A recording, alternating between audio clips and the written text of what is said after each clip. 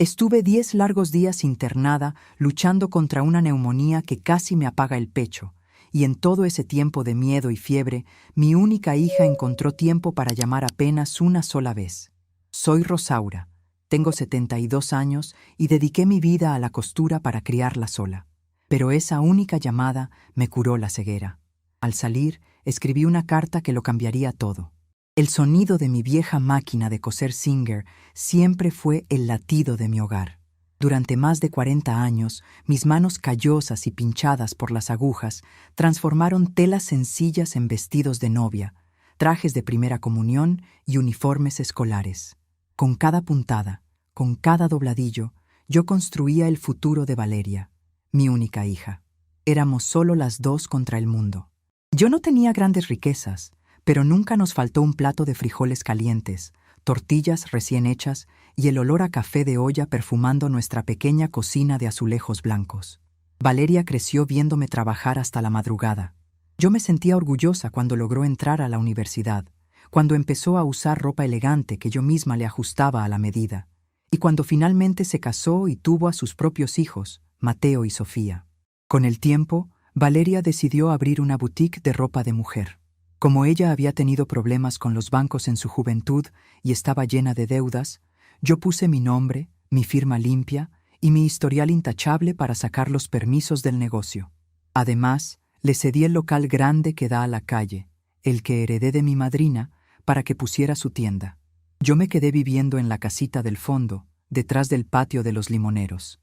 Para ella, yo era la mujer que no cobraba renta, la niñera gratuita que cuidaba a sus hijos todas las tardes mientras ella hacía negocios, la cocinera que le dejaba envases con arroz con leche y guisados en su refrigerador para que no tuviera que preocuparse por la cena. Yo creía que eso era ser una buena madre. Creía que mi sacrificio era un puente hacia su amor. Cada vez que ella pasaba apresurada por mi patio, gritando un «Hola mamá, no tengo tiempo, me llevo a los niños», yo justificaba su prisa. «Es una mujer moderna», me decía a mí misma mientras recogía los juguetes que mis nietos dejaban tirados. Está luchando por su familia. Pero la vida tiene formas muy crueles de quitarte la venda de los ojos. Fue un martes de noviembre. Había estado lloviendo toda la semana y un frío húmedo se había metido en mis huesos. Empecé con una tos seca que me raspaba la garganta, pero seguí cuidando a los niños y planchando unos vestidos para la tienda de mi hija. Al tercer día, la tos se convirtió en un silbido en mi pecho. Me costaba respirar. Sentía que alguien me había puesto un bloque de cemento sobre las costillas.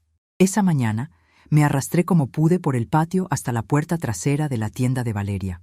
Toqué el vidrio con nudillos débiles. Ella abrió la puerta con el teléfono pegado a la oreja, revisando unas facturas. «Valeria, hija», murmuré, apoyándome en el marco de la puerta, sintiendo que el aire no me llegaba a los pulmones. «Me siento muy mal. Ayúdame a ir al doctor». Ella me miró de reojo, frunciendo el ceño. «Ay, mamá, tómate un té de manzanilla con miel». «Ahorita no puedo. Tengo a los proveedores de la nueva colección de blusas esperando, y luego tengo que ir al salón de belleza. Métete a la cama y suda la fiebre. Al rato te mando a los niños para que te distraigas». Cerró la puerta, así de simple. El sonido del pestillo cayendo fue como un golpe en mi cara. No recuerdo cómo llegué de vuelta a mi cama. Solo recuerdo la oscuridad, el sudor frío y la sensación de ahogo. Si no hubiera sido por doña Toña, mi vecina de toda la vida que vino a traerme un plato de sopa al ver que mis luces no se encendían, yo habría muerto ahí mismo. Ella me encontró casi inconsciente en la cama. Fue doña Toña quien llamó a la ambulancia, quien me sostuvo la mano mientras los paramédicos me ponían una mascarilla de oxígeno y quien me acompañó al hospital público. El diagnóstico fue neumonía severa. A mi edad, eso es jugar a las escondidas con la muerte. Los siguientes 10 días los pasé en una cama de hospital, rodeada de paredes blancas, olores a desinfectante y el pitido constante de las máquinas. Las enfermeras eran ángeles vestidos de azul, me cambiaban el suero, me daban palabras de aliento y me acomodaban las almohadas.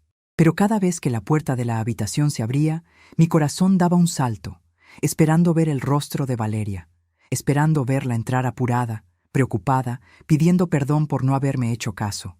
El primer día, nada. El segundo día, nada. Al tercer día, le pedí a una enfermera que la llamara desde mi celular. No contestó. Fue hasta el sexto día que mi teléfono sonó. Reconocí el tono de llamada que le tenía asignado. Con las manos temblorosas y la vía del suero lastimándome la vena, contesté. «¿Bueno?», dije, con la voz rota y ronca.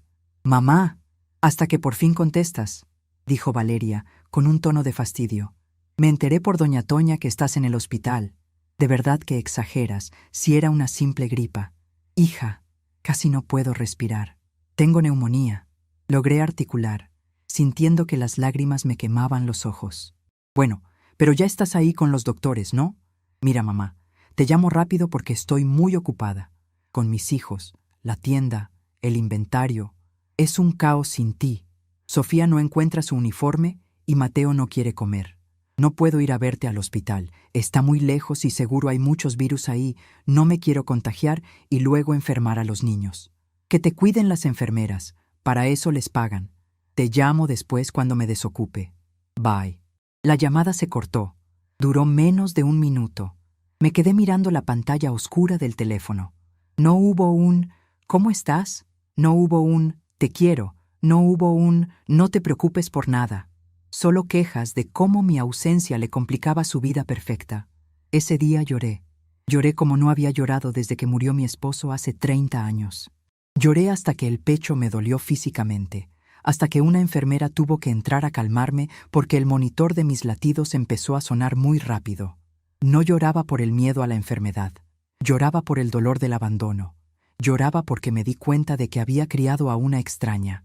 Había alimentado a un ser egoísta, dándole lo mejor de mí, cosiendo su ropa, cuidando a sus hijos, regalándole mi patrimonio. Y a cambio, yo no valía para ella ni siquiera una visita de 10 minutos en un hospital. Fue al 8º día cuando la puerta se abrió y entró una muchachita que no conocía. Llevaba un chaleco amarillo y una sonrisa dulce. Se llamaba Camila. Era una voluntaria de 18 años que venía a acompañar a los enfermos que no tenían visitas. Camila se acercó a mi cama. En sus manos traía un pequeño ramo de margaritas amarillas. «Hola, señora Rosaura», me dijo, sentándose en la silla de plástico junto a mi cama. Vi que estaba solita y quise traerle estas flores para alegrarle el cuarto. Huelen a campo. Tomé las margaritas con mis manos temblorosas. Una completa desconocida, una niña que no compartía mi sangre, había tenido la sensibilidad de traerme flores y regalarme su tiempo. Camila se quedó conmigo 1 hora. Me habló de sus estudios, me preguntó por mis costuras. Me tomó la mano cuando tuve un ataque de tos. Me trató con la dignidad humana que mi propia hija me había negado. Y fue ahí, mirando los pétalos amarillos de esas margaritas, contrastando con el blanco triste del hospital, que algo dentro de mí hizo un clic silencioso. No sentí rabia. La rabia es un fuego que te quema por dentro y te hace actuar con torpeza. Lo que sentí fue una claridad dolorosa, profunda y absoluta, como cuando se disipa la niebla por la mañana y por fin puedes ver el camino de tierra frente a ti. Yo no era una víctima, a menos que decidiera seguir siéndolo. Había pasado mi vida entera siendo la mamá de Valeria, el tapete donde ella se limpiaba los zapatos antes de entrar a su vida de lujos. Había creído que el amor incondicional significaba soportar el desprecio incondicional. Pero el amor también tiene límites, y el mío acababa de chocar contra el muro de la frialdad de mi hija. Comencé a pensar en mi vida, en mis cosas. Valeria se jactaba frente a sus amigas de ser una gran empresaria, dueña de boutique elegancia. Se llenaba la boca diciendo que ella había construido su negocio desde cero, pero la realidad era muy distinta, y yo, en mi papel de madre abnegada, le había permitido vivir esa fantasía. La licencia comercial del negocio estaba a mi nombre. Los contratos con los proveedores más grandes, esos que le daban la ropa a crédito, estaban respaldados por mi firma, porque ella estaba en la lista negra de deudores. Y lo más importante, el local de la calle. Esa construcción de altos techos y pisos de pasta antigua donde ella vendía vestidos caros. Esa propiedad no era de ella. Estaba a mi nombre en el registro público de la propiedad. Yo se la presté de palabra, sin cobrarle un solo peso de renta en 5 años. Valeria pensaba que porque yo era una anciana que cocinaba tamales y cosía en silencio, yo no entendía de leyes ni de derechos. Pensaba que mi generosidad era estupidez. Se equivocó. Mis años de trabajo me habían enseñado a ser ordenada. Yo guardaba cada papel, cada escritura, cada contrato en una carpeta verde dentro de mi ropero de cedro. Al 10º día, el doctor me dio el alta. Señora Rosaura, sus pulmones están limpios, pero necesita reposo absoluto, buena alimentación y evitar disgustos, me dijo, firmando mis papeles. ¿Viene su familia por usted? No, doctor, le respondí, atándome el pañuelo al cuello y poniéndome mi abrigo de lana. Tomaré un taxi. Mi familia soy yo misma. Salí del hospital caminando a paso lento, pero con la cabeza muy alta. El sol de la calle me golpeó el rostro. El aire frío ya no me daba miedo. Me sentía viva. Me subí al asiento trasero de un taxi amarillo. Mientras veía pasar las calles de mi ciudad por la ventana, los mercados, la gente comprando pan dulce, los niños jugando, sentí una paz inmensa. Ya no me sentía abandonada. Me sentía libre. El taxi me dejó frente a la casa. La tienda de Valeria estaba abierta. Vi a través de los grandes ventanales de cristal a los maniquíes vestidos con ropa fina. Vi a Valeria adentro, riendo con una clienta, radiante, sin la menor sombra de preocupación en el rostro. Ni siquiera se percató de que un taxi se había detenido, ni de que su madre, recién salida de terapia intensiva, caminaba despacio por el pasillo lateral hacia la casa del fondo. Llegué a mi casita. Abrí la puerta de madera. El olor a humedad y encierro me dio la bienvenida. Sobre la mesa de la cocina había un plato sucio que yo había dejado antes de irme al hospital. Nadie había entrado. Nadie había barrido. A nadie le había importado. Caminé hacia mi cuarto. Fui directo a mi ropero de cedro.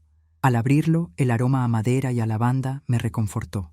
Metí la mano hasta el fondo, debajo de unas cobijas de lana que yo misma había tejido, y saqué la carpeta verde. La abrí sobre la cama. Ahí estaban las escrituras, el pago del impuesto predial, los permisos del negocio, todos con mi nombre, Rosaura Gómez, escrito en letras de molde. Fui a la sala, me senté en mi mesa de costura, hice a un lado la máquina Singer y saqué papel de cartas y mi mejor pluma negra. Me serví un vaso de agua tibia, respiré profundo llenando mis pulmones recuperados y comencé a escribir. Estimado licenciado Ernesto, espero que esta carta le encuentre con buena salud. Le escribo porque he tomado una decisión irrevocable respecto a mis propiedades y los poderes legales que en su momento otorgué de buena fe. Solicito que nos reunamos a primera hora mañana en su despacho. Necesito iniciar un proceso de desalojo comercial y la revocación inmediata de la representación legal del negocio Boutique Elegancia. Es momento de poner en orden la casa. Firmé la carta con un trazo firme. No me tembló la mano. Guardé la hoja en un sobre blanco y lo cerré. Miré por la ventana de mi cocina, desde donde podía ver la parte trasera del flamante negocio de mi hija. Valeria creía que me había dejado pudriéndome en un hospital para no interrumpir su ajetreada vida. No sabía que, al hacerlo, había despertado a la verdadera dueña de su castillo de naipes. La carta estaba lista. Mañana temprano comenzaría la verdadera lección. La mañana siguiente amaneció con un cielo gris y despejado, de esos que anuncian que el invierno ya está a la vuelta de la esquina. Me desperté temprano, antes de que el sol saliera por completo. Mi cuerpo todavía se sentía pesado, como si llevara un saco de papas en los hombros, y mis pulmones me exigían respirar despacio, pero mi mente estaba más despierta que nunca. Ya no había fiebre, ya no había confusión. Me levanté de la cama, me puse mis pantuflas de lana y caminé hacia la cocina. Encendí la estufa, puse a calentar agua en mi jarrito de barro y me preparé un café de olla con un pedacito de canela. El aroma dulce llenó la pequeña cocina y me reconfortó el alma. Mientras daba el primer sorbo, mi mirada se posó en el sobre blanco que había dejado sobre la mesa de costura la noche anterior. La carta para el licenciado Ernesto. No me apresuré. Sabía que antes de ir a su despacho tenía que hacer un inventario real de mi vida. Durante años me había acostumbrado a vivir al día, cosiendo, cocinando, cuidando nietos, sin mirar los papeles que respaldaban el imperio de cartón de mi hija. Fui a mi ropero, saqué la carpeta verde y la llevé a la mesa de la cocina. Aparté mi taza de café para no manchar nada y comencé a sacar los documentos uno por uno. Primero, las escrituras del terreno. El papel estaba un poco amarillo en los bordes, pero los sellos del registro público brillaban con claridad. Mi madrina me dejó esta propiedad hace 30 años. Es un terreno grande. Al frente está el local comercial, espacioso y con grandes ventanales a la avenida principal, y al fondo, conectada por un pasillo y un patio de limoneros, está mi casita humilde. Valeria siempre trató el local como si fuera su herencia anticipada. Se instaló ahí hace 5 años. Pintó las paredes de colores finos, puso candelabros elegantes y letreros dorados que decían Boutique Elegancia. Pero aquí, en este papel firmado por un notario, dice claramente que la única dueña absoluta soy yo, Rosaura Gómez. Luego saqué los recibos del impuesto predial, todos y cada uno de ellos pagados con el dinero de mis costuras. Valeria nunca me dio ni un peso para pagar los impuestos de la propiedad donde ella gana miles. Mamá, este mes tuve muchos gastos con la escuela de los niños, me decía. O, mamá, la ropa de temporada no se vendió bien, aguántame para el próximo mes. Y yo, como buena madre mexicana, me aguantaba. Sacaba de mis ahorros, contaba mis billetes de 100 y 200 pesos y pagaba al municipio para que no nos multaran.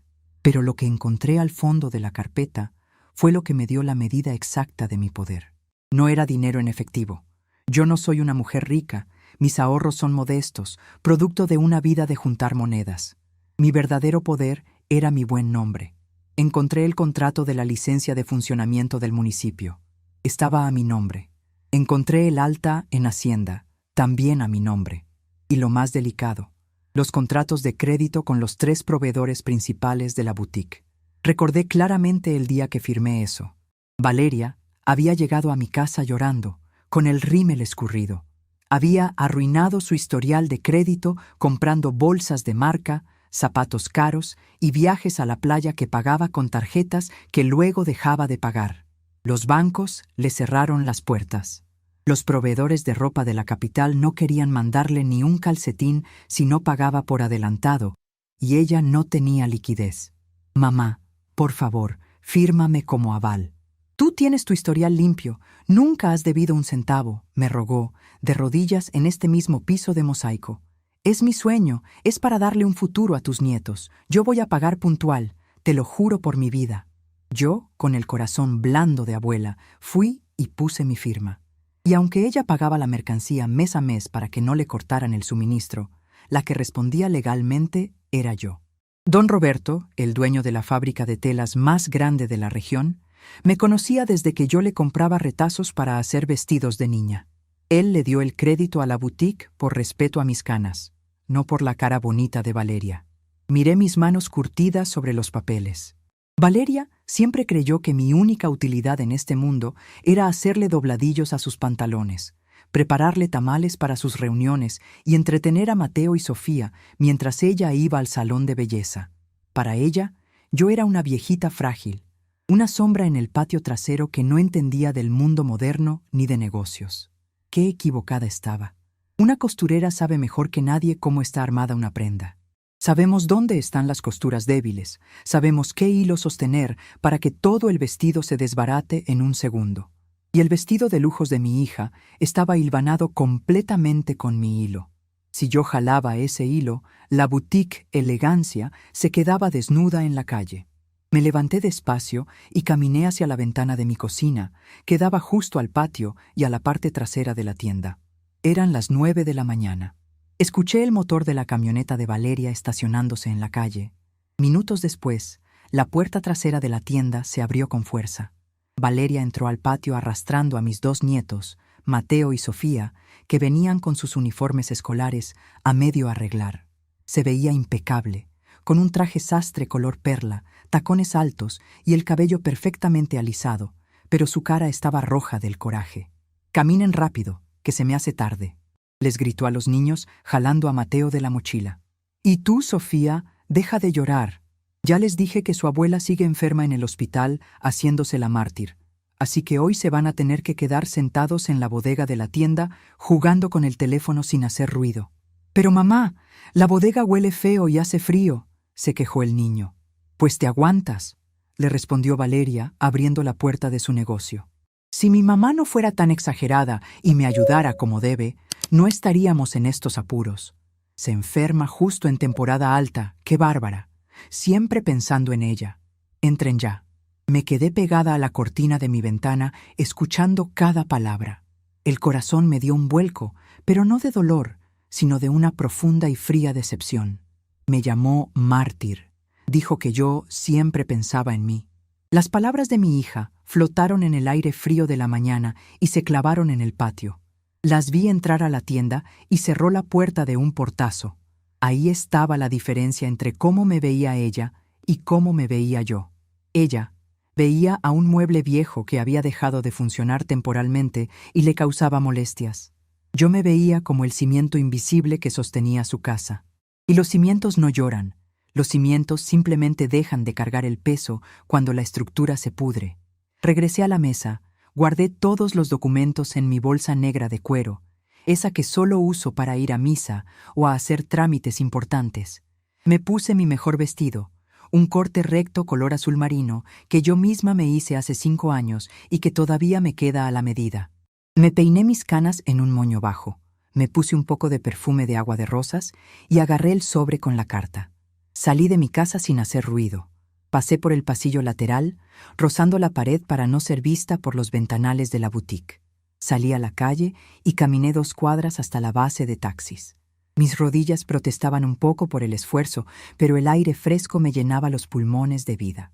«Al centro, joven, por favor», le dije al chofer del taxi. «Al despacho del licenciado Ernesto, junto a la plaza principal». Durante el trayecto, miré por la ventana cómo la ciudad despertaba. Señoras barriendo las banquetas, niños corriendo a la escuela, comerciantes abriendo sus cortinas de metal. Esa era la gente real, gente que trabajaba duro.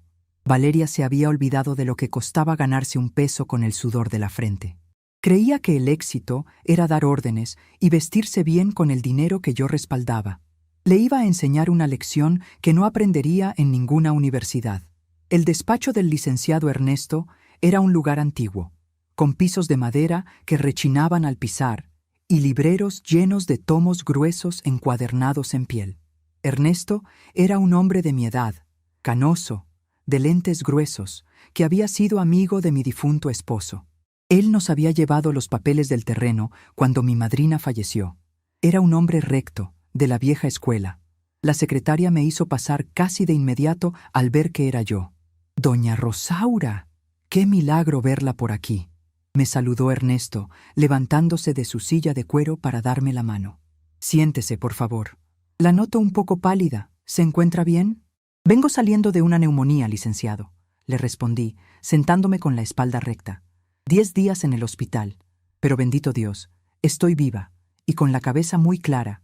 Ernesto me miró con atención, notando la firmeza en mi voz. «Me alegra escuchar eso.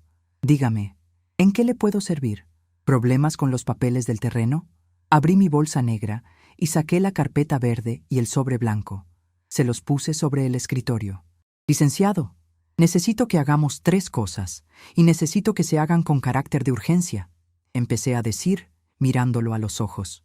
«Primero, quiero revocar el poder legal que le di a mi hija Valeria para usar mi nombre y mi registro federal de contribuyentes en la operación de la boutique Elegancia. A partir de hoy, yo no avalo ni un solo recibo de luz de ese negocio». Ernesto parpadeó, sorprendido. Se acomodó los lentes. «Doña Rosaura, eso congelará las cuentas comerciales de la tienda. Sin ese respaldo, los proveedores pueden exigir el pago inmediato de la mercancía. Es un movimiento muy agresivo. ¿Peleó con Valeria?» «No, licenciado, no he peleado. Simplemente me di cuenta de que mi hija es una adulta que debe aprender a caminar sin usar mi espalda como puente», le contesté manteniendo el tono sereno. «Lo segundo que necesito es que redactemos notificaciones formales para los proveedores, específicamente para Textiles Don Roberto y para Distribuidora La Moda. Quiero que sepan que Rosaura Gómez retira su aval solidario de las líneas de crédito de la boutique a partir de este instante». El licenciado tomó una libreta y empezó a anotar, asintiendo lentamente. Empezaba a entender que esto no era un berrinche de señora, sino una decisión empresarial fría. Y lo tercero, y más importante, continué, apoyando mis manos sobre la madera del escritorio. Quiero que inicie un proceso de terminación de comodato precario y emita un aviso de desalojo para el local comercial que da a la calle. Le daré a Valeria los 30 días que marca la ley para que saque su ropa, sus maniquíes y sus muebles. Después de eso, le pondré candados a las puertas. Ernesto dejó caer la pluma sobre la libreta. Me miró con una mezcla de respeto y preocupación. «Rosaura, es tu hija», me dijo en voz baja, usando el tuteo de los viejos conocidos. «Quitarle el local y el crédito la va a mandar a la quiebra en menos de una semana. ¿Estás segura de esto? Los hijos duelen mucho». Lo miré fijamente. Recordé la noche fría en el hospital, el ahogo, el sonido del monitor cardíaco, el silencio de mi teléfono. Recordé el desprecio en su voz esta mañana al llamarme mártir frente a mis nietos. Los hijos duelen, Ernesto, pero duelen más cuando te das cuenta de que los criaste para ser egoístas, le respondí, sintiendo que un nudo en la garganta quería formarse, pero lo tragué con fuerza. Valeria es mi hija, sí, pero en este momento es una inquilina morosa, una empresaria fraudulenta que usa mi nombre, y una mujer que dejó a su madre morir sola por no cancelar una cita en el salón de belleza. Si no le corto las alas falsas ahora, nunca aprenderá a volar con las suyas. Procede con los documentos. Yo pago tus honorarios completos hoy mismo. Ernesto suspiró profundamente, asintió y recogió los papeles. Prepararé los oficios hoy mismo. Mandaré a mi pasante a entregar las notificaciones a los proveedores esta misma tarde. Para la notificación de desalojo, un notificador irá mañana a la boutique a entregarle el documento en mano a Valeria. Perfecto, dije, levantándome de la silla. Así se hará. Salí del despacho de Ernesto sintiéndome 10 kilos más ligera. El engranaje ya estaba en movimiento. La trampa estaba puesta, y no era una trampa para lastimar, era una trampa para despertar. Pero mi plan no terminaba ahí. Sabía que cuando Valeria recibiera los golpes legales, su primera reacción sería venir a gritarme, a manipularme, o peor, a intentar sacar dinero de mis cuentas bancarias. Ella tenía mi tarjeta de débito. Hace meses se la presté por si había una emergencia médica con los niños, y la guardó en su cartera con la excusa de que así me hacía los mandados del supermercado. Caminé un par de cuadras más hasta la sucursal de mi banco. El guardia me saludó amablemente y me pasó a la fila de la tercera edad. Cuando me senté frente a la ejecutiva de cuenta, una señorita muy amable llamada Lupita, le di mis instrucciones claras. «Señorita Lupita, necesito cancelar mi tarjeta de débito actual por extravío y que me emitan un plástico nuevo ahora mismo», le pedí. «Claro que sí, doña Rosaura. Permítame su identificación», me dijo tecleando en su computadora.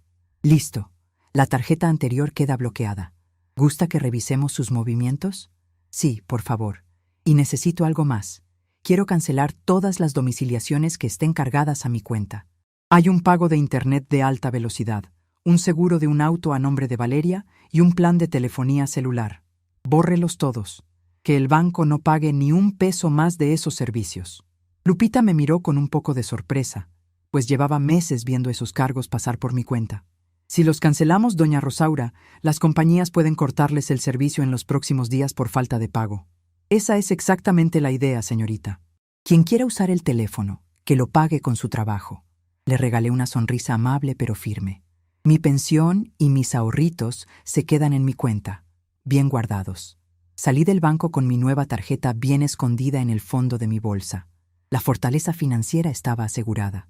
Valeria ya no podría sacar ni para comprarse un café con mi dinero. El muro estaba levantado. Tomé un taxi de regreso a mi casa. El reloj marcaba la 1 de la tarde. El sol ya calentaba con ganas. Me bajé una calle antes para no pasar frente a la boutique y volví a entrar por el pasillo lateral, sigilosa como un gato. Entré a mi cocina, me quité el abrigo y me puse mi delantal de flores, ese que uso desde hace 10 años.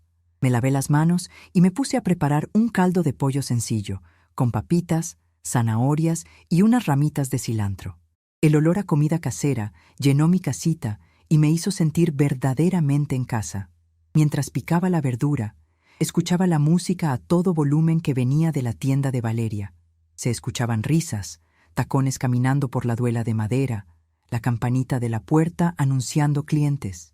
Valeria vivía en una burbuja de jabón. Se creía la dueña del mundo porque traía ropa cara y sus amigas la adulaban. No sabía que la máquina de coser de su madre acababa de dar la última puntada de su disfraz. Me serví mi plato de caldo, me senté en la mesa de costura, apartando las telas viejas, y comí despacio, saboreando cada bocado. Mi cuerpo necesitaba reponer fuerzas. La neumonía me había quitado el aliento, pero esta nueva determinación me lo había devuelto multiplicado por 10. Después de comer, lavé mis trastes y acomodé la carpeta verde sobre la mesa. La dejé ahí, visible, como un recordatorio. Fui a mi cuarto, me acosté en mi cama y me cubrí con mi colcha tejida. Por primera vez en 10 días, iba a dormir en mi propia cama, sin el ruido de los monitores del hospital, sin el miedo a morir ahogada. Mañana sería el día. Según las instrucciones que dejé en el despacho de Ernesto, mañana a primera hora, el pasante entregaría el oficio a don Roberto, el de las telas. Yo sabía muy bien cómo operaba don Roberto. Era un hombre estricto con los números. Al ver que mi aval desaparecía, no tardaría ni 2 horas en mandar a sus cobradores a la tienda de mi hija para exigir la liquidación de la deuda pendiente o confiscar la mercancía nueva. Cerré los ojos, sintiendo la suave tela de mi almohada. Visualicé el momento. Visualicé a Valeria frente al mostrador, con su traje sastre perfecto, recibiendo la noticia de que su crédito de 100,000 pesos estaba cancelado. Visualicé el momento en que intentara pasar mi tarjeta de débito en la terminal para pagar y la máquina le arrojara un mensaje de tarjeta rechazada. Visualicé la cara que pondría cuando el notificador del juzgado le entregara el aviso de desalojo de su amada boutique. Y lo más importante, me visualicé a mí misma. Ya no la abuelita llorando en una esquina del patio, sino la mujer fuerte, la Rosaura que sacó a su hija adelante cosiendo hasta que le sangraban los dedos. La Rosaura que exigía respeto, no por el dinero, sino por la simple y llana dignidad humana. El sueño empezó a vencerme. Mis pulmones respiraban con un ritmo tranquilo y acompasado. La casa estaba en silencio, un silencio hermoso y poderoso. Descansé sabiendo que todo estaba en su lugar. Las piezas del tablero de ajedrez se habían movido en la oscuridad, y mañana, cuando el sol saliera, la reina, que todos pensaban que era un simple peón viejo, daría su primer jaque mate.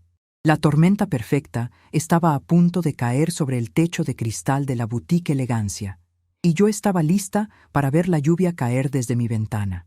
El miércoles amaneció con un sol pálido que apenas lograba calentar las hojas de mis limoneros.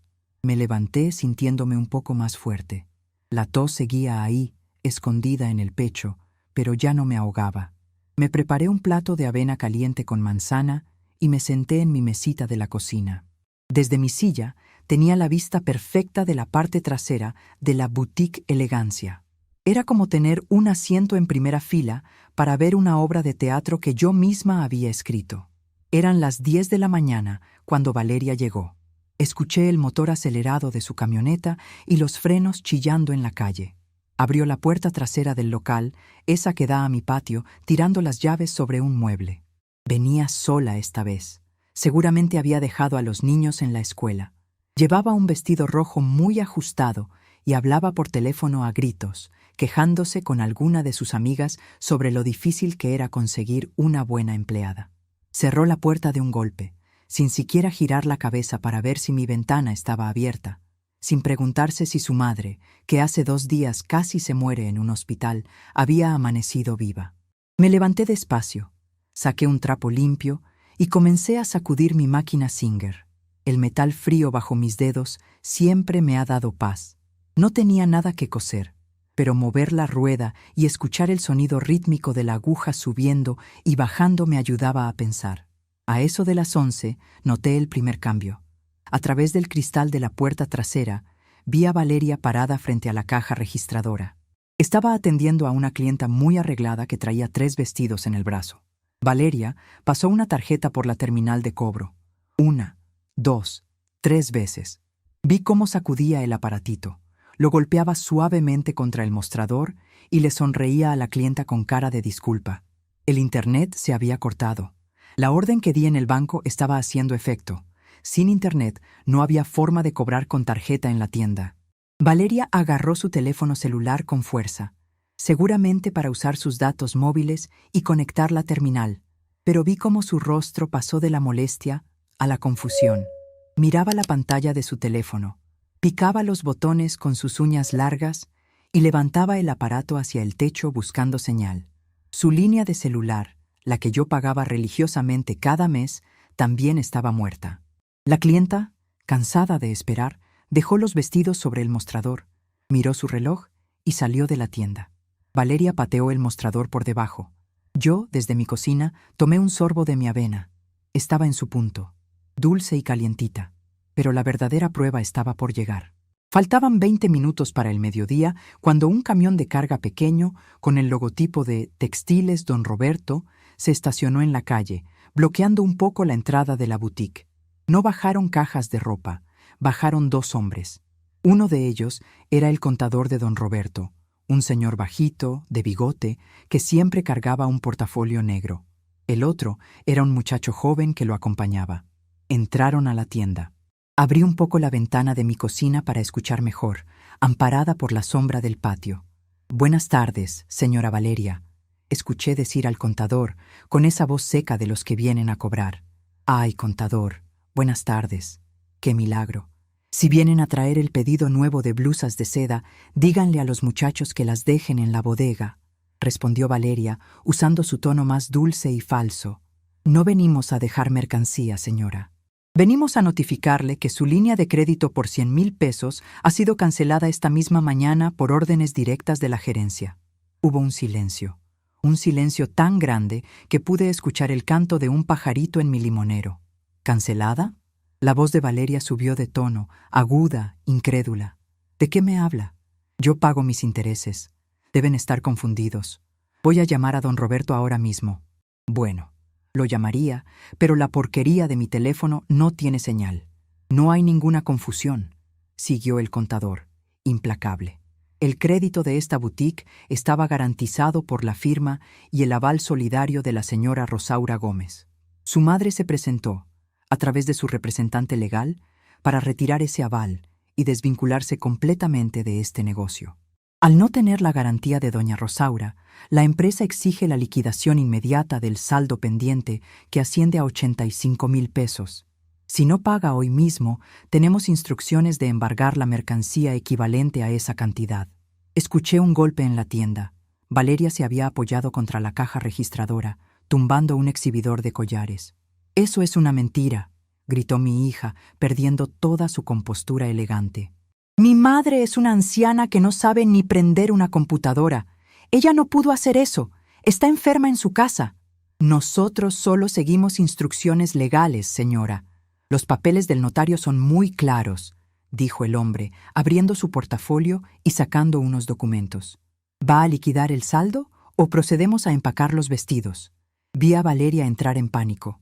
Su mundo de apariencias se estaba desinflando frente a los ojos de sus propios empleados y de la gente que pasaba por la calle. «Espérese, no toquen nada», les ordenó, respirando agitada. «Miren, el banco me bloqueó el internet por un error del sistema, pero tengo fondos, tengo la tarjeta de mi madre. Ella es la dueña del dinero, de todos modos. Cóbrense de aquí. Tienen terminales de cobro inalámbricas, ¿verdad? Úsenla».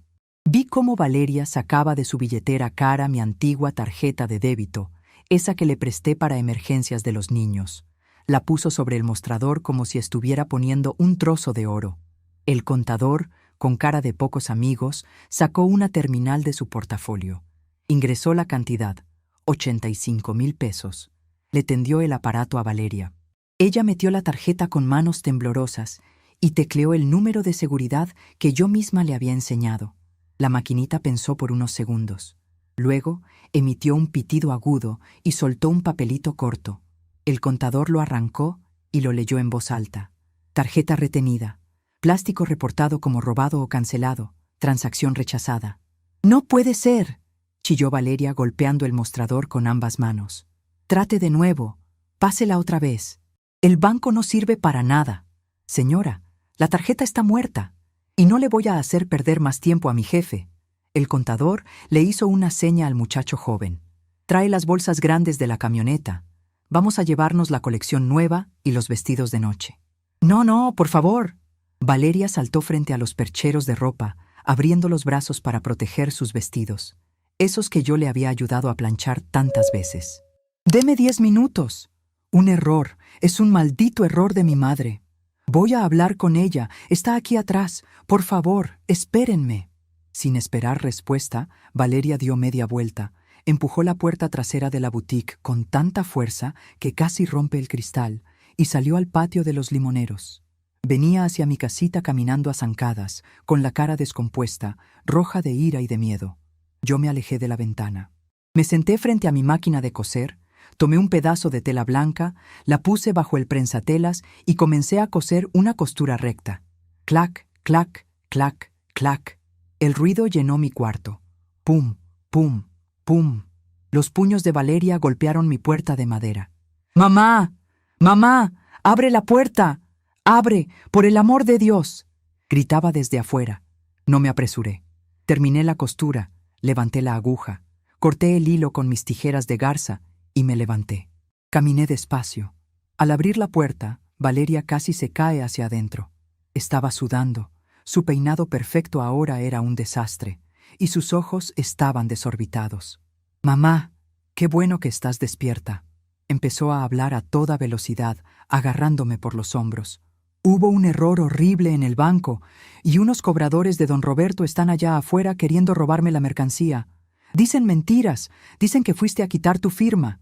Tienes que venir ahorita mismo a decirles que es un malentendido. Y préstame tu chequera, porque la tarjeta que me diste ya no pasa.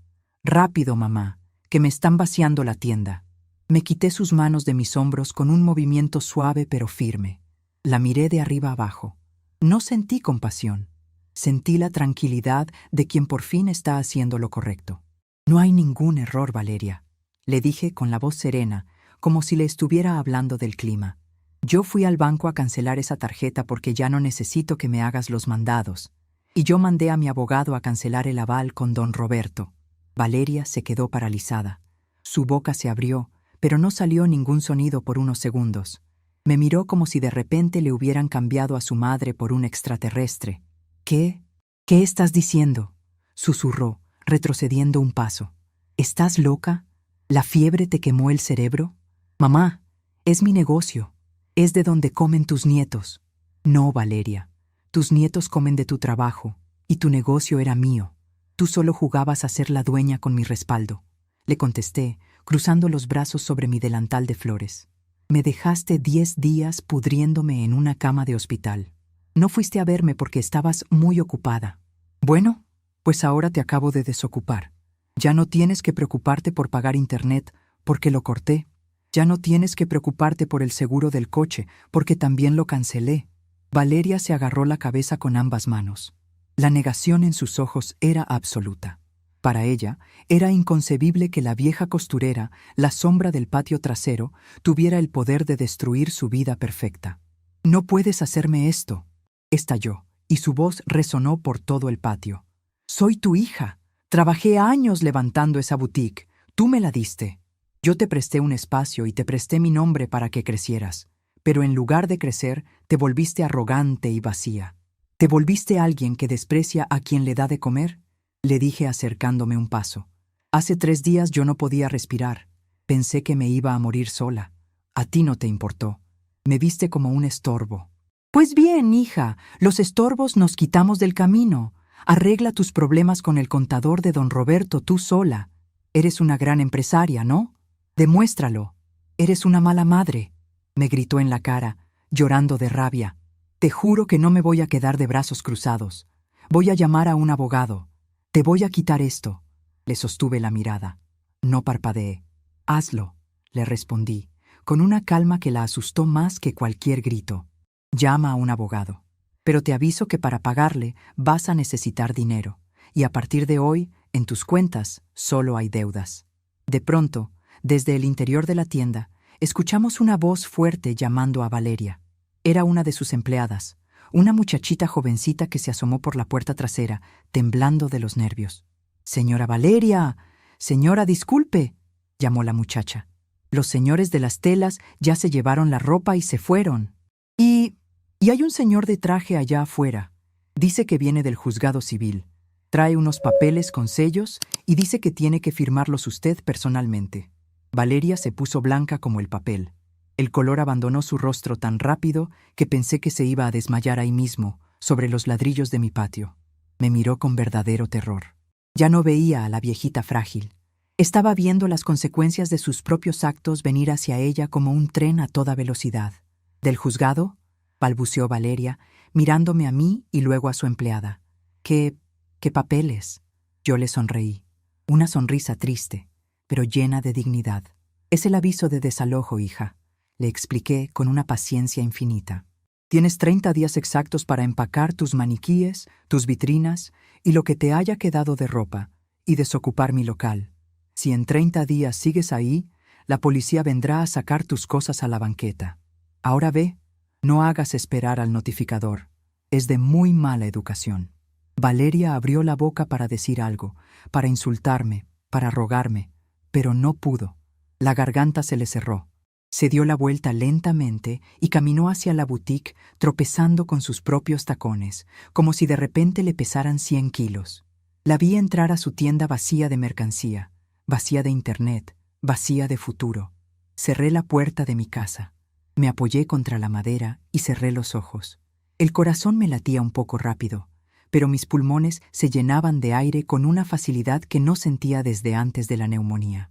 La limpieza había comenzado, y aunque dolía arrancar la maleza, sabía que mi patio, mi vida y mi dignidad por fin volverían a florecer.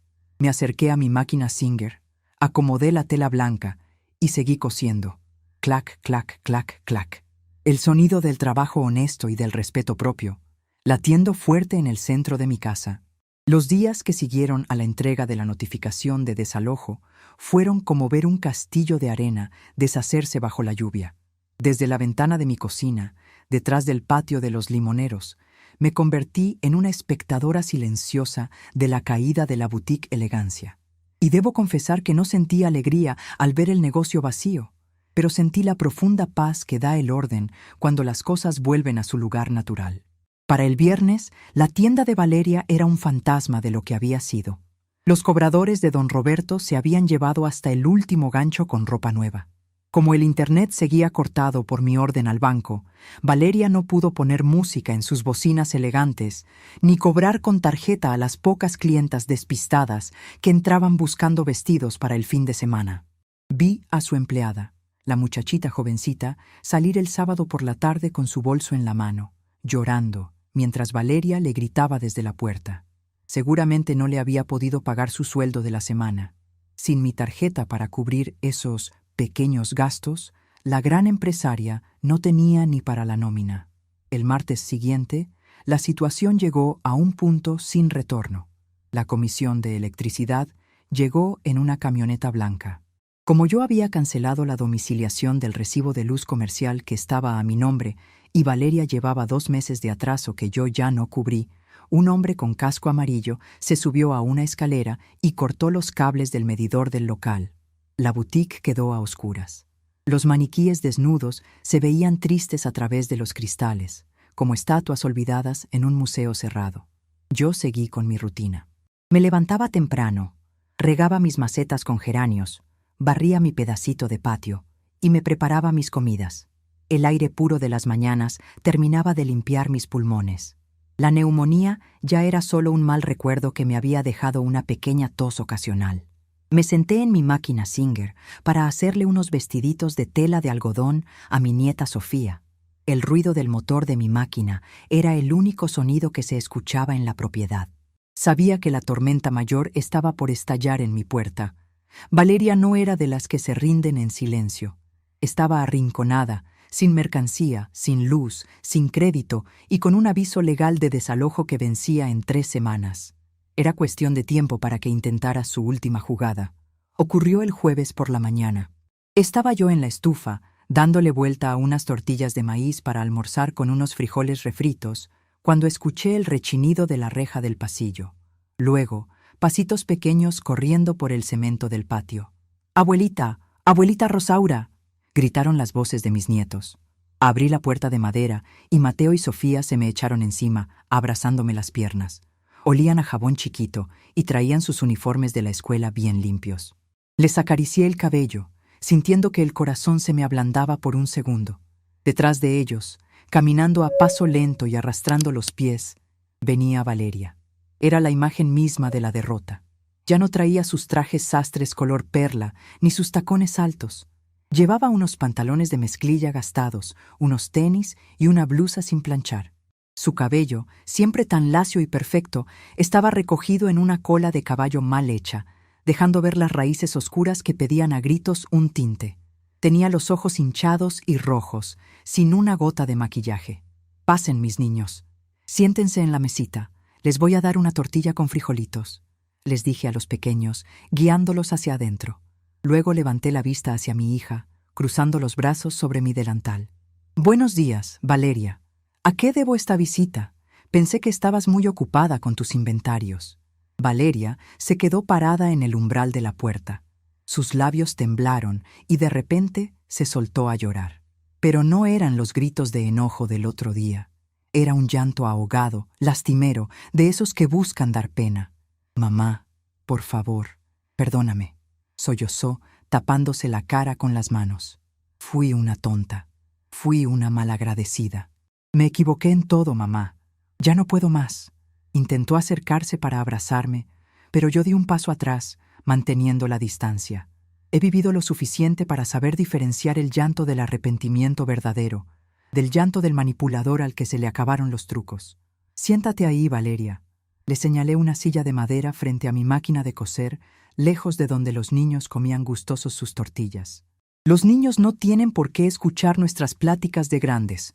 Ella obedeció, secándose los mocos con el dorso de la mano. Parecía una niña regañada. «Mamá, me cortaron la luz en la tienda. Don Roberto no me contesta las llamadas.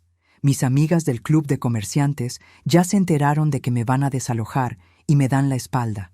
No tengo ni para comprar la despensa de la semana», dijo, mirándome con ojos suplicantes. «Mírame, mamá. Mira a tus nietos. ¿De verdad vas a dejar que nos muramos de hambre? ¿Vas a dejar a tu propia sangre en la calle por un coraje? Yo sé que estuve mal cuando estuviste en el hospital, pero tenía miedo. No sabía qué hacer». El cinismo de su excusa me revolvió un poco el estómago. Usar a sus hijos como escudo era el golpe más bajo que podía intentar. «No te confundas, Valeria», le contesté, bajando la voz para que los niños no escucharan, pero manteniendo un tono firme como una tabla de roble. «Yo no te estoy dejando en la calle.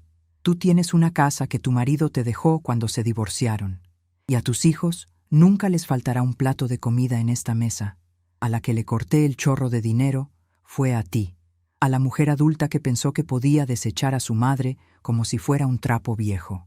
Pero la boutique era nuestro futuro, mamá. Si llamas al licenciado Ernesto y le dices que te arrepentiste, si llamas al banco y me devuelves la tarjeta, yo te prometo que todo va a ser diferente», suplicó, juntando las manos como si estuviera rezando. «Te voy a venir a ver todos los días.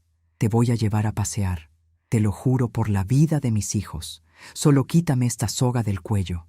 La miré en silencio durante un minuto entero. Valeria seguía creyendo que su negocio era una mina de oro que yo había saboteado por envidia o por rencor. Seguía creyendo en la fantasía de que ella era una mujer exitosa a la que una mala racha la había tumbado. Era el momento de romper esa fantasía para siempre. La venda que ella tenía en los ojos era mucho más gruesa que la que yo me había quitado en el hospital. Caminé hacia mi cuarto. Abrí mi ropero de cedro y saqué, no la carpeta verde de las escrituras, sino un cuaderno de pastas duras forrado en plástico azul. Era mi cuaderno de cuentas. Lo he tenido conmigo desde hace más de 10 años. Caminé de regreso a la sala y lo puse sobre la mesa, justo enfrente de Valeria. «Ábrelo», le ordené. Valeria me miró confundida, pero obedeció. Abrió el cuaderno en las primeras páginas. Estaban llenas de números escritos con mi letra redonda y clara.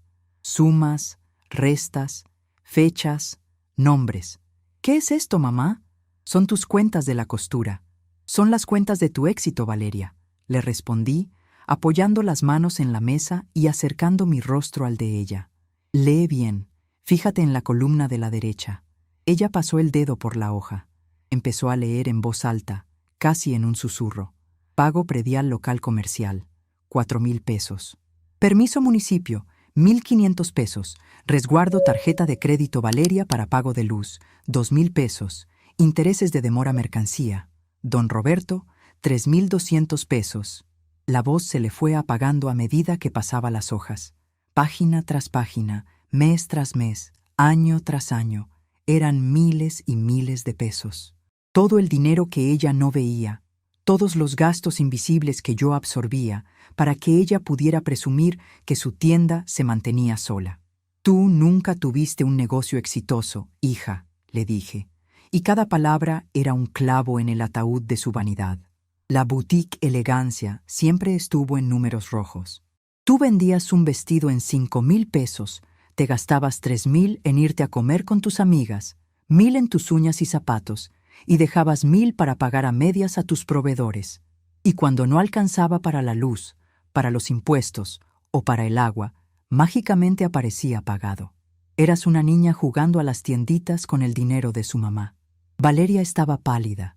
Sus manos temblaban sobre el cuaderno azul. Nunca había visto la realidad de frente. Yo nunca se la había querido mostrar para no lastimar su orgullo. Pero mis clientas, mi mercancía, yo vendía bien, balbuceó, incapaz de procesar la magnitud de su fracaso. Vendías espejismos, la corté. Pero eso no es lo peor. Pasa a la última página del cuaderno. Valeria, con los dedos torpes, fue hasta la sección final del libro. Ahí había pegados varios estados de cuenta del banco, a mi nombre, Rosaura Gómez. Vio la cifra final en la cuenta de ahorro. Sus ojos se abrieron como platos, casi saliéndose de sus órbitas. Se tapó la boca para ahogar un grito de sorpresa. «Mamá, ¿qué cantidad es esta? Esto es mucho dinero. ¿De dónde lo sacaste? ¿Vendiste algo?», preguntó mirándome con una mezcla de shock y miedo. «No vendí nada, Valeria». «Lo cosí», le contesté, señalando mi vieja máquina Singer. «Esa máquina que tú mirabas con desprecio, esa aguja que tú creías que era cosa de viejas pobres, es la que generó todo ese dinero.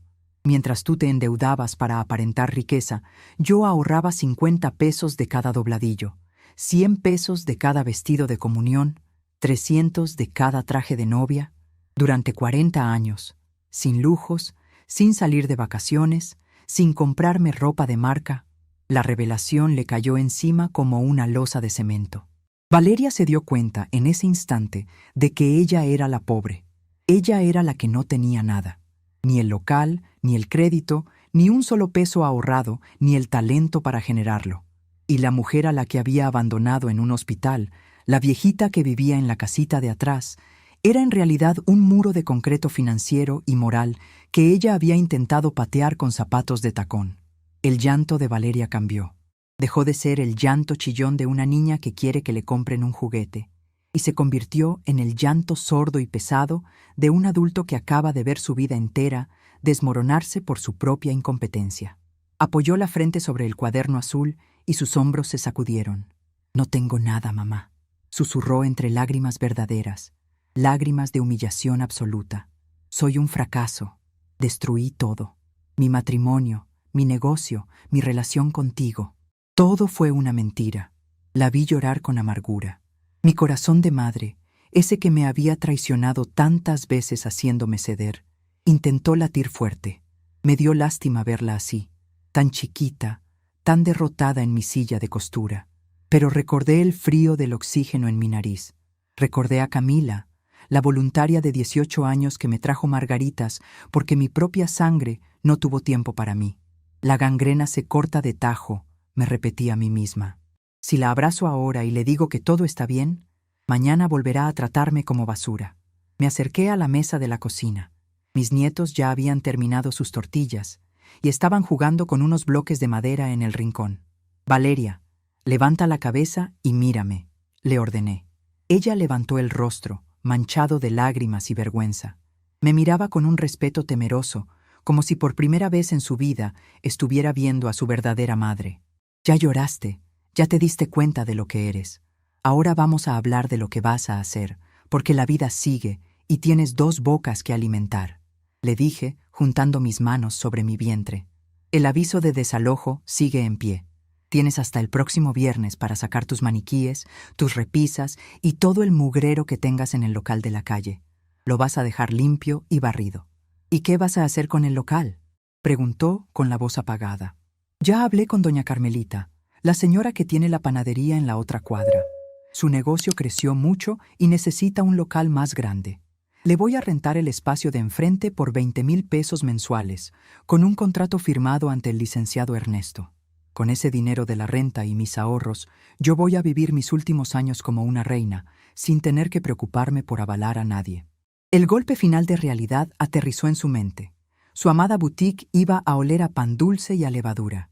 El despojo era total y absoluto. Está bien, mamá.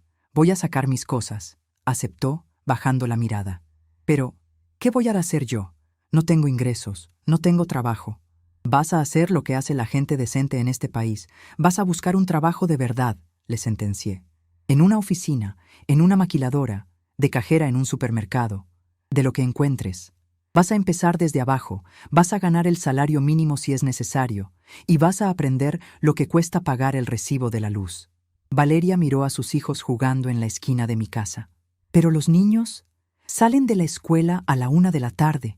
Si yo trabajo en un turno completo, ¿quién me los va a cuidar? Yo no tengo para pagar una guardería, mamá. Era el momento de establecer las nuevas reglas de convivencia, la nueva dinámica entre nosotras. Yo no voy a dejar a mis nietos abandonados, eso que te quede muy claro, le dije, suavizando un poco el tono, pero manteniendo la rigidez. Yo los puedo recoger de la escuela y darles de comer aquí en mi casa. Te los cuido hasta las 6 de la tarde. Valeria dejó escapar un suspiro de alivio y esbozó una media sonrisa. Pensó que había encontrado una pequeña grieta de debilidad en mi armadura. Ay, mamá, gracias. De verdad, te lo agradezco tanto. No me agradezcas todavía, la interrumpí, alzando un dedo. Te dije que los cuido, pero no va a ser gratis. La sonrisa de Valeria desapareció en el acto. ¿Cómo? ¿Me vas a cobrar por cuidar a tus propios nietos? Así es. Me vas a pagar 100 pesos por día. 900 pesos a la quincena, establecí, mirándola directamente a los ojos, sin parpadear. Y no me vas a pagar porque yo necesite tu dinero, Valeria. Acabas de ver en mi cuaderno que no lo necesito. Me vas a pagar 100 pesos diarios para que aprendas a valorar mi tiempo, para que te cueste mi trabajo, para que sepas que cuando te preparo un arroz con leche o cuando le ayudo a Mateo con su tarea de matemáticas, estoy invirtiendo mi vida en ti. Y mi vida vale respeto. Si un día no me pagas, al día siguiente buscas quién te los cuide. El silencio en mi casita fue pesado, pero limpio. No había rencor en mis palabras, solo la justicia de una balanza que por fin se había nivelado. Valeria abrió la boca. Intentó procesar la idea de tener que pagarle a su propia madre como si fuera una empleada, pero al ver mi postura inquebrantable, entendió que no había espacio para la negociación. Ya no estaba hablando con la mamá mártir, estaba hablando con Rosaura Gómez, dueña de su propiedad, de su dinero y de su dignidad. Está bien, mamá, dijo finalmente, con una voz resignada, madura. Asintió con la cabeza de manera lenta, aceptando su nueva realidad. Te voy a pagar los 100 pesos diarios, voy a buscar trabajo el lunes y voy a vaciar el local para el viernes. Me parece perfecto, respondí, cerrando el cuaderno azul y guardándolo de nuevo en mis brazos. Ahora ve a lavarte la cara al baño. Te voy a servir un plato de frijoles con tortillas a ti también, para que comas con tus hijos. La vi levantarse de la silla. Caminó hacia el baño de mi casa, cabizbaja, pero por primera vez en muchos años, sin la soberbia arrastrándose tras ella. El aire de mi casa se sentía fresco. Había dolido verla llorar de esa manera, pero la curación profunda siempre escuece antes de sanar. La boutique estaba muerta. La fantasía había terminado. Pero mientras le servía un plato de comida caliente a la hija que me había abandonado, supe que tal vez, solo tal vez, estaba a punto de nacer la mujer que siempre quise criar. Y esta vez la iba a criar desde el respeto absoluto. Las nuevas reglas estaban escritas sobre la mesa, y yo no pensaba borrar ni una sola coma. Han pasado 6 meses desde aquel jueves en que mi hija lloró sobre mi cuaderno azul. Hoy, el aire de mi patio ya no huele a los perfumes caros que Valeria solía rociar en su tienda para disimular el olor a encierro. Hoy, mi casa huele a vainilla, a levadura fresca y a pan recién horneado. Doña Carmelita se mudó al local de enfrente justo a tiempo para la temporada de frío. Donde antes había maniquíes de plástico duro, vestidos con ropas que nadie podía pagar, ahora hay canastos de mimbre rebosantes de conchas, cuernos, bolillos calientitos y orejas de hojaldre. Cada 1 de mes, Carmelita viene a mi casa. Se sienta en mi mesa de la cocina y me entrega un sobre con 20,000 pesos en efectivo. Nos tomamos un café, platicamos de sus nietos, de los míos, y luego ella se va a seguir amasando. Con ese dinero de la renta, más lo que tengo guardado en el banco, mi vida dio un giro completo. Me compré unos lentes nuevos, de esos que no pesan en la nariz y que me dejan ver hasta el hilo más fino. Arreglé las goteras del techo de mi casita. Me compré unos zapatos ortopédicos de piel suave que son una maravilla para caminar, y llené mi alacena de buena comida. La neumonía quedó muy atrás, como un mal sueño que el viento se llevó. Mis pulmones se llenan de aire limpio y mi pecho ya no silba al respirar. Pero el cambio más grande no ocurrió en mi cuerpo, ni en mi casa. Ocurrió en la puerta de mi patio todos los días a las 7 de la mañana. El sonido del portón abriéndose me avisa que ya llegaron. Me asomo por la ventana de la cocina y los veo entrar. Valeria ya no usa trajes sastres color perla ni tacones de aguja. Ahora lleva un pantalón negro de gabardina, zapatos cerrados de suela gruesa y una camisa tipo polo color rojo, con el logotipo del supermercado, El Ahorro. Su cabello está recogido en una trenza sencilla, sin tintes caros, dejando ver algunas canas que han empezado a asomarse en sus sienes. No lleva maquillaje, solo la cara lavada de una mujer que se levanta a las 5:30 de la mañana para preparar el desayuno de sus hijos antes de salir a trabajar. Mateo y Sofía corren hacia mi cocina con sus mochilas pesadas. «Buenos días, abuelita», gritan los dos al unísono, y yo los recibo con un beso en la frente y un par de tazas de chocolate caliente que ya les tengo listas sobre la mesa. Valeria entra detrás de ellos. Se ve cansada. Trabaja de cajera, 8 horas de pie pasando productos por un escáner, aguantando el mal humor de los clientes y las exigencias del gerente. Al principio, los primeros 15 días, pensé que iba a renunciar. Llegaba a mi casa llorando porque le dolían las piernas, porque una señora le había gritado por una lata de frijoles mal cobrada, porque sentía vergüenza de que sus antiguas amigas la vieran en la caja registradora. Pero yo no le di consuelo de lástima. Le daba un vaso de agua, le decía que se sobara los pies con alcohol y le recordaba que el trabajo honesto no mancha a nadie. Y para mi sorpresa, no renunció. Se aguantó. Valeria se acerca a la mesa, abre su monedero de tela, saca un billete crujiente y me lo extiende. «Aquí tienes, mamá, los 100 pesos de hoy», me dice mirándome a los ojos. Tomo el billete y lo guardo en la bolsa de mi delantal. Es un intercambio sagrado. No es por la cantidad. 100 pesos no me hacen ni más rica ni más pobre. Pero para ella, esos 100 pesos representan su esfuerzo, y al entregármelos, me está diciendo que mi tiempo, mi casa y mi labor como abuela tienen un valor que ella debe respetar. «Gracias, hija. Que te vaya bien en tu turno. Los niños comerán caldo de res al mediodía y a las 4 nos ponemos a hacer la tarea», le respondo, sirviéndole un poco de café en un vaso para llevar. «Gracias, mamá. Vengo por ellos a las 6 de la tarde. Paso al mercado por unas verduras antes de llegar», me contesta.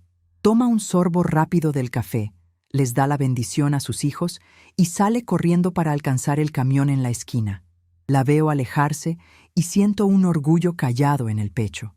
Esa mujer que corre para no llegar tarde a su turno, esa mujer que carga su propia bolsa del mandado, es 1000 veces más admirable que la muñeca de aparador que solía ser.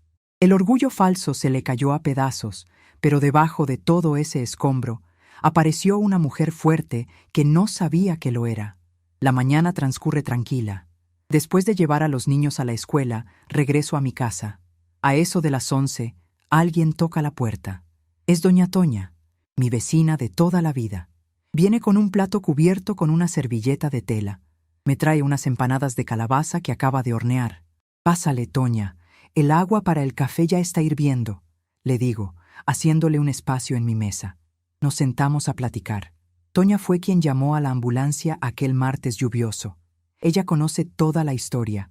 Vio cuando el camión de las telas se llevó la ropa de la tienda y vio cuando el camión de la basura se llevó los maniquíes rotos de Valeria. Al principio, en el barrio, las lenguas viperinas decían que yo me había vuelto loca por la fiebre y que había echado a mi propia hija a la calle. Que qué mala madre era yo. Yo dejé que hablaran. Las palabras de la gente chismosa son como las hojas secas.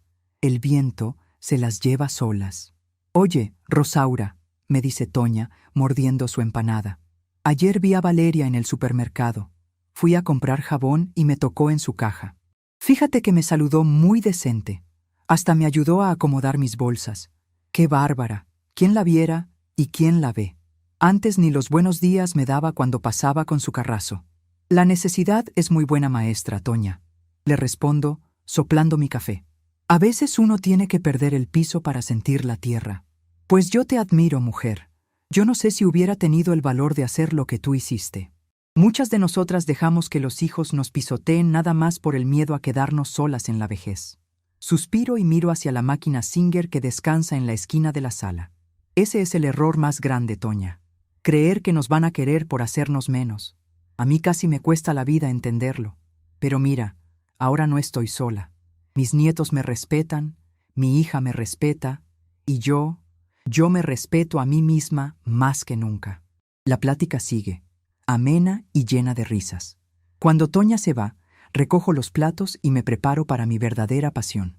Me siento frente a mi vieja máquina de coser. Ya no coso para sobrevivir. Ya no hago dobladillos urgentes ni composturas baratas para sacar para la luz. Ahora coso por puro gusto. Sobre la mesa tengo extendida una tela de color amarillo pastel, suave como la seda. Es para Camila. Camila es la muchachita voluntaria de 18 años que me trajo las margaritas amarillas al hospital. Cuando salí de todo mi embrollo legal y me acomodé en mi nueva vida, fui a buscarla. Pregunté en la recepción del hospital público. Dejé mis datos y a los pocos días ella me llamó. La invité a comer a mi casa. Le preparé unos tamales de pollo con salsa verde y le agradecí de corazón lo que había hecho por mí. Me enteré de que Camila es hija de una madre soltera que trabaja limpiando casas y que la muchacha estaba a punto de graduarse de la preparatoria, pero no tenía dinero para un vestido para su fiesta de graduación. Le dije que yo se lo haría y no le cobré ni un solo peso. Ese es el privilegio de mi nueva libertad. Mi dinero y mi talento ahora los regalo a quien yo quiero y a quien se lo merece. Piso el pedal de la máquina. El ruido constante, ese clac, clac, clac, que fue la banda sonora de mis desvelos durante décadas, ahora me suena a música. Mientras guío la tela amarilla bajo la aguja, dejo que mi mente vuele. A mis 72 años, la sociedad dice que una ya va de salida. Te pintan como una viejita en una mecedora, tejiendo bufandas y esperando a que los domingos vengan los hijos a visitarte por obligación. Te enseñan que la abnegación es aguantar el maltrato en silencio porque así es la familia. Nos hacen creer que no tenemos voz, que nuestro tiempo de tomar decisiones ya pasó, y que a nuestra edad todo lo que nos queda es agradecer las migajas de tiempo que nos tiran nuestros hijos desde la altura de sus vidas ocupadas. ¡Qué mentira tan grande y tan venenosa! El amor de una madre no es un cheque en blanco para el abuso. Yo amaba a Valeria cuando le cosía sus uniformes. La amaba cuando le di el local de mi madrina. Y la amo hoy, profundamente, cuando le cobro 100 pesos por cuidar a sus hijos. La amo tanto que estuve dispuesta a romper su mundo de mentiras para salvarle el alma. La amé lo suficiente para dejarla caer y obligarla a usar sus propias piernas para levantarse. No hay mayor prueba de amor que negarse a ser cómplice de la ruina de tu propio hijo. Yo no soy una víctima de la edad. Las arrugas en mi cara, los callos en las yemas de mis dedos, todo eso es el mapa de un imperio que construí sin pedirle permiso a nadie. No necesité de un marido rico, no necesité de un título universitario. Necesité de mi máquina, de mi decencia y de mi coraje. Saco la tela de la máquina y corto el hilo. El vestido de Camila está quedando hermoso. Imagino a esa niña bailando con su vestido amarillo, sintiéndose como una princesa, recordando a la vieja costurera que le devolvió el favor de unas margaritas. Ese es el legado que quiero dejar. No quiero dejar una cuenta de banco gorda para que alguien se la gaste en zapatos. Quiero dejar lecciones, favores pagados, dignidad repartida. A las 6 de la tarde en punto, escucho el rechinido del portón. Son las 6:10, de hecho. Valeria entra al patio cargando 2 bolsas de plástico pesado del mercado. Viene sudando. Sale Sofía corriendo con un dibujo en la mano. ¡Mamá, mira! La abuelita me ayudó a dibujar un perrito. Valeria deja las bolsas en el suelo de ladrillo por un momento. Se agacha y abraza a su hija con fuerza. Le da un beso en el cachete y le revisa el dibujo con genuina atención. Mateo sale también, presumiendo que ya terminó toda su tarea de matemáticas.